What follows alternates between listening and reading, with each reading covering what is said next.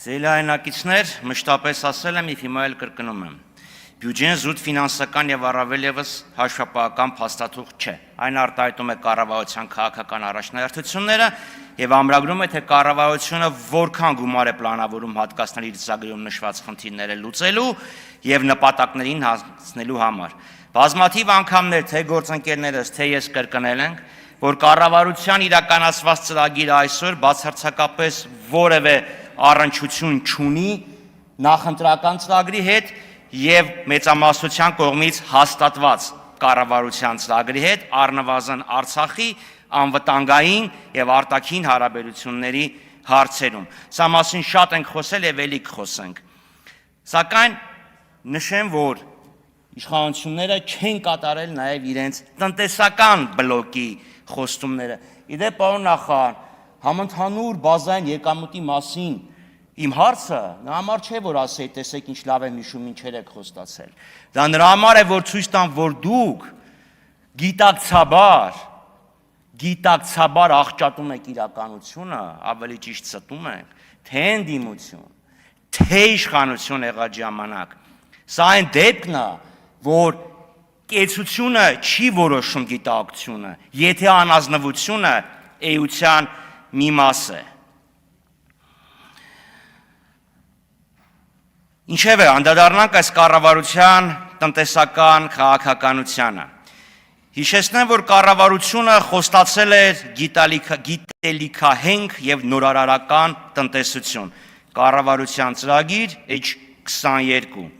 Հիշեցնեմ, որ 22-23-24 թվականներին մեր տնտեսության առաջատար և ամենաարագ աճող ճյուղը մեծածախ և մանրածախ առևտուր, ավտոմեքենաների և մոտոցիկլետների նորոգումն էր։ Համապատասխանաբար հնա 11, 12, 13.6%, հիրավի գիտելիքահենք ճյուղ, առնել ծախել կամ դզել փչել։ Մոգական է։ Իդեպ 25 թվականի առաջի կիսամյակում այս նորարար և գիտելիքահենք ճյուղը կազմում էր մեր հնա 14.4%-ը։ 23 թվականին Հայաստանը շախ և մատ հայտարարեց ամբողջ աշխարհին, մեկ տարվա ընթացքում 23.6 անգամ մեծացնելով ոսկերչական արտադրությունը։ Ոսկերչությունը պեռաշկի թխելչի, տիկնայք և պարոնայք, 24 թվականին Հայաստանը սկսեց ոսկի արտահանել, շատ ոսկի, մոտ 10 տոննա, Քլոնդայքն էինք դարձել։ Բայց 24 թվականից երրորդ եռամսյակից են ռուս-ուկրաինական հակամարտության պայմանավորված արտածին բարենպաստ գործոնների ազդեցությունը սկսեց նվազել։ Պատահական չէ, որ 22-23 թվականների համապատասխանաբար 12.6 և 8.7% բարձր աճից հետո 24 թվականին մեր տնտեսական աճը ընդամենը 5.9% էր, իսկ 25 թվականին սպասվում է 5.2% աճ։ Իդեպ նշեմ, որ անցյալ տարի այս օրերին կառավարությունը 25 թվականի համար խոստանում էր 5.6%։ Հիմա 0.4%-ային կետով նվազեցրել են։ 26 թվականի համար կանխատեսվում է 5.4%։ Նախորդ տարի կանխատեսում էիք բյուջեի ուղերձն այ, պարոն Հովհաննիսյան։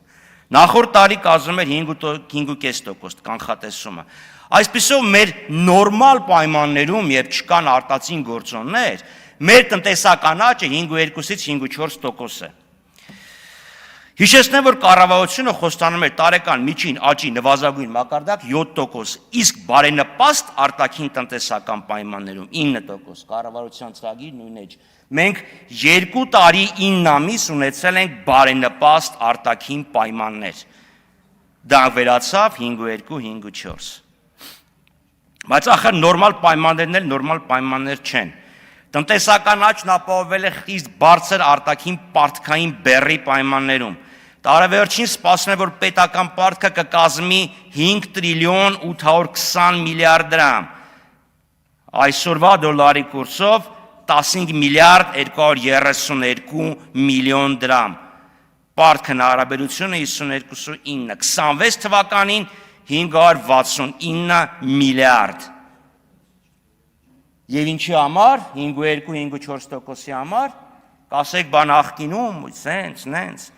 համաշխարհային բանկի ուրեմն Հայաստանի երկրորդ համակարգային ախտորոշման զեկույց H18 2000-ից 2008 թվականներին միջին տարեկան աճը կազմել է 11%։ Այստեղ կառավարության ներկայացուցիչը քաղաքական մեծամասնությունը համոզում են, որ պարտքը վատ բան չէ։ Այն նպաստում է տնտեսական բարձր աճին, բարձր վարկաժանության ապացույց է, ֆլան, ֆստան։ Ես փորձեցի հասկանալ, եթե պարտքը զտենք, ինչքան կկազմի մեր տնտեսական աճը, չկա այդ պարտքը։ Պատասխան չունենք։ Գիտեք, պարոն Սուքիասյան, իմ ընկալմամբ մոտավորապես նույն հարցն էլ ձերն էր։ Այդ պարտքը մեր տնտեսության վրա ինչ դրական ազդեցություն ա ունեցել։ Չկար այդ պատասխանը։ Հիմա ես միշտ բյուջեին էլի ընտանեկան բյուջեի օրինակով եմ վերցնում։ Պատկերացրեք, ընտանիքը հայրը կամ մյուս աշխատող ծնողները X գումարի աշխատավարձ են ստանում, դա որոշակի բարեկեցություն է ապահովում։ Ավելի լավ սնունդ, մի քիչ ավելի լավ հագուստ, միգուցե ավելի գեղեցիկ կահույք, բայց դա վերցնում է տոկոսով, հետո տոկոսա վերցնում, պարտքա վերցնում։ Պարտք որ վերցնում ես լավ է, ճաշը համեղ է, բայց այդ պարտքը տալու ես, հետ ես տալու, հետ տվածն ավելի շատ, թե այն մի քիչ ավելի լավ ապրելը, որը ապահովել է պարտքի միջոցով։ Չկար այդ պատասխանը։ Չկար, սելի այնակիցներ։ Ուրեմն գալիք տարվա ընթացքում ֆինանսական կառավարությունը պարտքի մարման եւ սպասարկման վրա վճարելու է 1 տրիլիոն 53 միլիարդ դրամ։ Այդքան գնալու է ընտանեկան բյուջեից։ 1 տրիլիոն 53 միլիարդ դրամ։ Շատ է, քիչ է։ Մենակ պարտքը 432 միլիարդ է, ներողություն, տոկոսը։ Այսինքն 629.8 մայր գումարի վրա 432 միլիարդ տոկոս։ Համեմատության համար առողջապահության բյուջեն 212 միլիարդ, կրթության 361 միլիարդ, կենսաթոշակները հանած սոցիալական ծախսերը 315 միլիարդ։ Եվ դա համար ինչի եք զարմանում, որ համաշխարհային բանկի նույն հաշվետվությունը 155 էջ ամբողջը չեմ տպել։ Նշում է, որ Հայաստանում կրթությունն են վիճակի չի, որը կարող է լինել, առողջապահությունն են վիճակի չի, որ կարող է լինել, տնտեսությունն են վիճակի չի, որ կարող է լինել,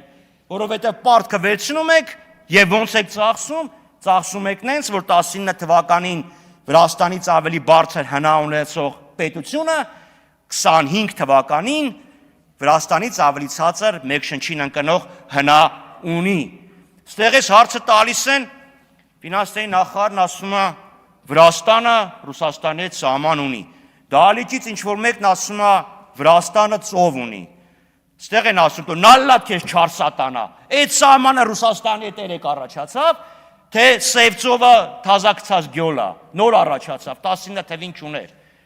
Հայաստանը մեկ շնչին ընկնող հնայով տարածաշրջանի Կովկաս եւ Կենտրոնական Ասիա հետնապահ է 12.5 հազար է այնտեղ մեկ շնչին ընկնող։ Հիմա սիրելի այնակիցներ, լավ, պարտքի մյուս մասին կանդրադառնամ հետո։ Իշխանություններն ասում են, գիտեք, մեր միջին աշխատավարձը բարձրացել է։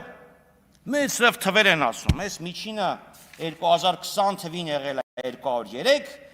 1268 դրամ, 25 թվականի առաջի կիսամյակում 313 հազար դրամ։ Միջին բառը, որ ասում ես, այն տպավորությունն ա, որ մեջտեղն է, մոտավորապես կեսը քիչ է, մոտավորապես կեսը շատ է։ Ես այդ հարցը անցյալ տարի տվեցի պարոն նախարարին, հիշում եք պարոն Հովհաննիսյան, ասեցիք դժվար բառ չի, մի հատ դիմեք, պատասխանը կտան, չեմ զլացել, դիմել եմ թե ՊԵԿ եւ թե աշխատանքի եւ սոցիալական հարցերի նախարարություն։ ԱՍՀՆ-ն ընդհանրապես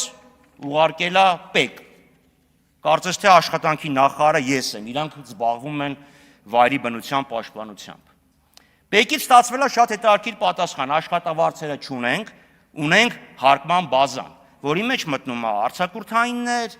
քաղաքիրավական պայմանագիր եւ աշխատողների թիվներ չունենք, առնում ենք եկամուտները։ Այսինքն ես այս տարվա կտրվածքով 4 աշխատող եմ, որտեղ ես աշխատավարձ ստանում եմ այստեղից եւ 3 բուհերում դասավանդելիս։ Ես 4